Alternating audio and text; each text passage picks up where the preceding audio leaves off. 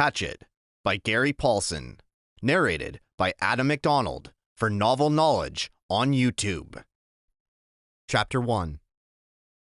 Brian Robeson stared out the window of the small plane at the endless green northern wilderness below. It was a small plane, a Cessna 406, a bush plane, and the engine was so loud, so roaring and consuming and loud, that it ruined any chance for conversation. Not that he had much to say. He was 13, and the only passenger on the plane was a pilot named, what was it, Jim or Jake or something, who was in his mid-40s and who had been silent as he worked to prepare for takeoff. In fact, since Brian had come to the small airport in Hampton, New York to meet the plane, driven by his mother, the pilot had only spoken 5 words to him. "Get in the co-pilot seat," which Brian had done. They had taken off, and that was the last of their conversation. There had been the initial excitement, of course. He had never flown in a single-engine plane before. And to be sitting in the co-pilot seat, with all the controls right there in front of him, all the instruments in his face as the plane clawed for altitude, jerking and sliding on the wind currents as the pilot took off, had been interesting and exciting. But in 5 minutes, they had leveled off at 6,000 feet and headed northwest, and from then on, the pilot had been silent, staring out the front, and the drone of the engine had been all that was left. The drone and the sea of green trees that lay before the plane's nose, and flowed to the horizon, spread with lakes, swamps, and wandering streams and rivers. Now Brian sat, looking out the window with a roar thundering through his ears, and tried to catalog what had led up to his taking this flight. The thinking started. Always it started with a single word, divorce. It was an ugly word, he thought, a tearing ugly word that meant fights and yelling. Lawyers. God, he thought, how he hated lawyers, who sat with their comfortable smiles, and tried to explain to him in legal terms how all that he lived in was coming apart, and the breaking and shattering of all solid things. His home, his life, all the solid things. Divorce. A breaking word. An ugly word.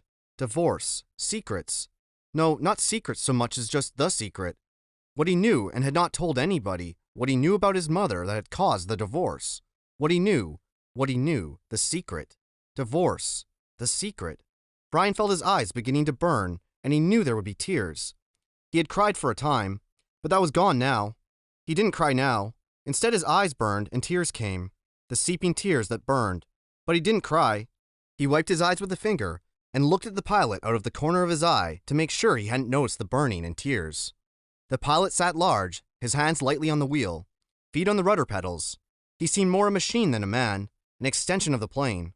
On the dashboard in front of him, Brian saw the dials, switches, meters, knobs, levers, cranks, lights, handles that were wiggling and flickering, all indicating nothing that he understood, and the pilot seemed the same way, part of the plane, not human. When he saw Brian look at him, the pilot seemed to open up a bit, and he smiled. "Ever fly in the cockpit seat before?" He leaned over and lifted the headset off his right ear and put it on his temple, yelling to overcome the sound of the engine. Brian shook his head. He had never been in any kind of plane, never seen the cockpit of a plane except in films or television. It was loud and confusing. First time. "It's not as complicated as it looks. Good plane like this almost flies itself." The pilot shrugged. "Makes my job easy." He took Brian's left arm. "Here, put your hands on the controls, your feet in the rudder pedals, and I'll show you what I mean." Brian shook his head. "I'd better not." "Sure, try it." Brian reached out and took the wheel in a grip so tight his knuckles were white. He pushed his feet down on the pedals. The plane slewed suddenly to the right. "Not so hard. Take her light. Take her light." Brian eased off, relaxed his grip. The burning in his eyes was forgotten momentarily as the vibration of the plane came through the wheel and the pedals. It seemed almost alive. "See?" The pilot let go of his wheel, raised his hand in the air, and took his feet off the pedals to show Brian he was actually flying the plane alone. "Simple. Now turn the wheel a little to the right and push on the right rudder pedal just a small amount." Brian turned the wheel slightly, and the plane immediately banked to the right. And when he passed on the right rudder pedal, the nose slid across the horizon to the right. He left off on the pressure and straightened the wheel, and the plane righted itself. "Now you can turn. Bring her back to the left a little." Brian turned the wheel left, pushed on the left pedal, and the plane came back around.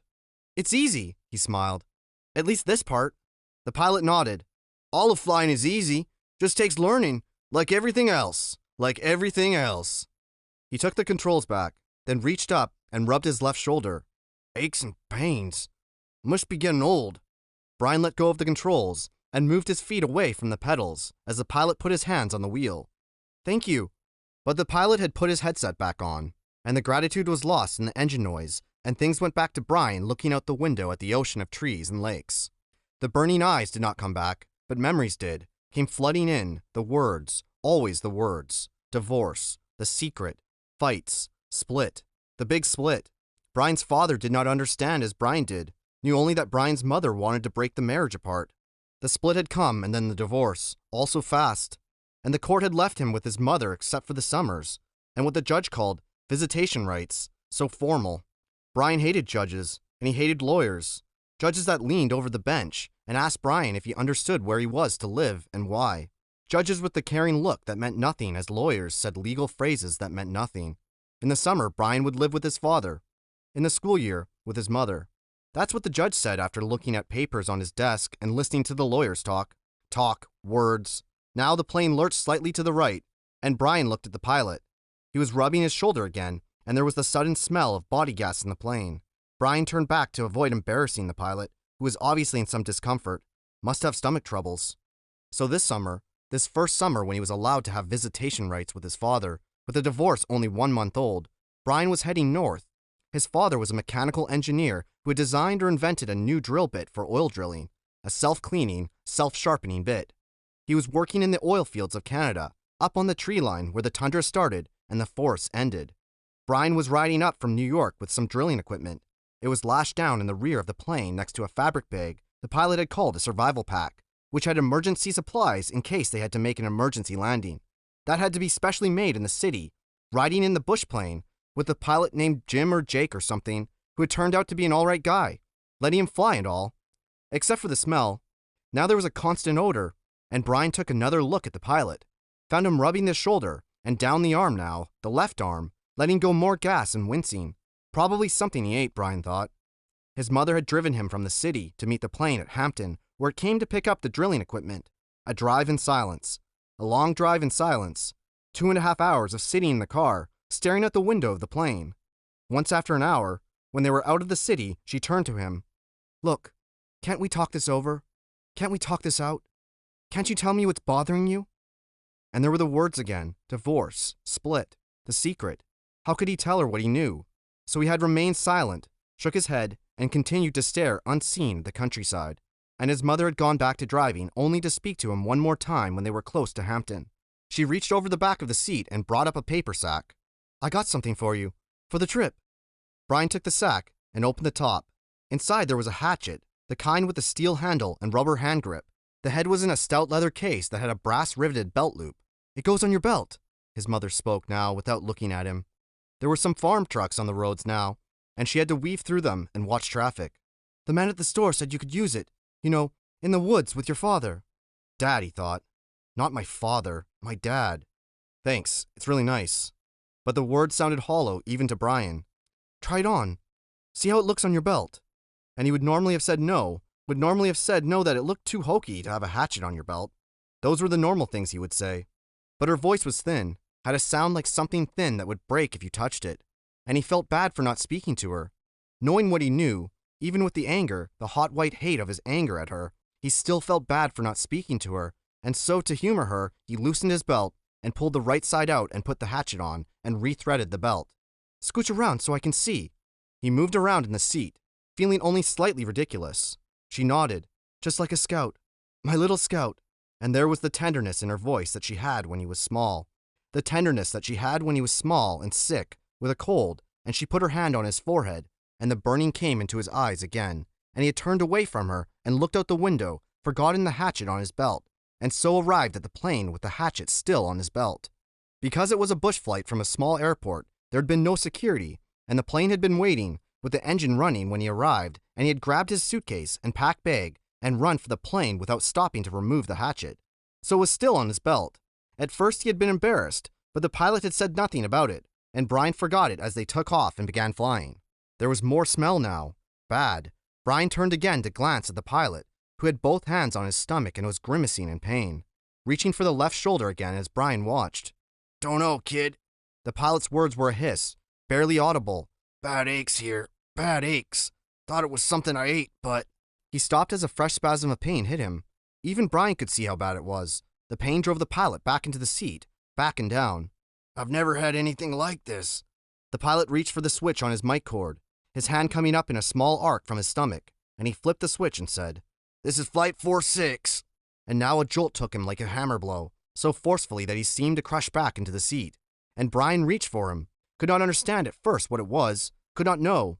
And then he knew. Brian knew. The pilot's mouth went rigid. He swore and jerked a short series of slams into the seat, holding his shoulder now, swore and hissed, "Chest! Oh God, my chest is coming apart!" Brian knew now. The pilot was having a heart attack. Brian had been in the shopping mall with his mother when a man in front of Paisley's store had suffered a heart attack. He had gone down and screamed about his chest. An old man, much older than the pilot. Brian knew the pilot was having a heart attack. And even as knowledge came to Brian, he saw the pilot slam into the seat one more time. One more awful time, he slammed back into the seat, and his right leg jerked, pulling the plane to the side in a sudden twist. And his head fell forward and spit came. Spit came from the corners of his mouth. And his legs contracted up into the seat, and his eyes rolled back in his head until there was only white for his eyes, and the smell became worse, filled the cockpit, and all of it so fast, so incredibly fast that Brian's mind could not take it in at first, could only see it in stages. The pilot had been talking just a moment ago, complaining of the pain. He had been talking. Then the jolts had come. The jolts that took the pilot back had come. And now Brian sat, and there was a strange feeling of silence in the thrumming roar of the engine. A strange feeling of silence, and being alone. Brian was stopped. He was stopped. Inside he was stopped. He could not think past what he saw, what he felt. All was stopped. The very core of him, the very center of Brian Robison was stopped, and stricken with a white flash of horror, a terror so intense his breathing, his thinking, and nearly his heart had stopped. Stopped. Seconds passed. Seconds that became all of his life, and he began to know what he was seeing, began to understand what he saw, and that was worse, so much worse that he wanted to make his mind freeze again. He was sitting in a bush plane roaring 7,000 feet above the northern wilderness with a pilot who had suffered a massive heart attack and who was either dead or in something close to a coma. He was alone. In the roaring plane with no pilot, he was alone. Alone.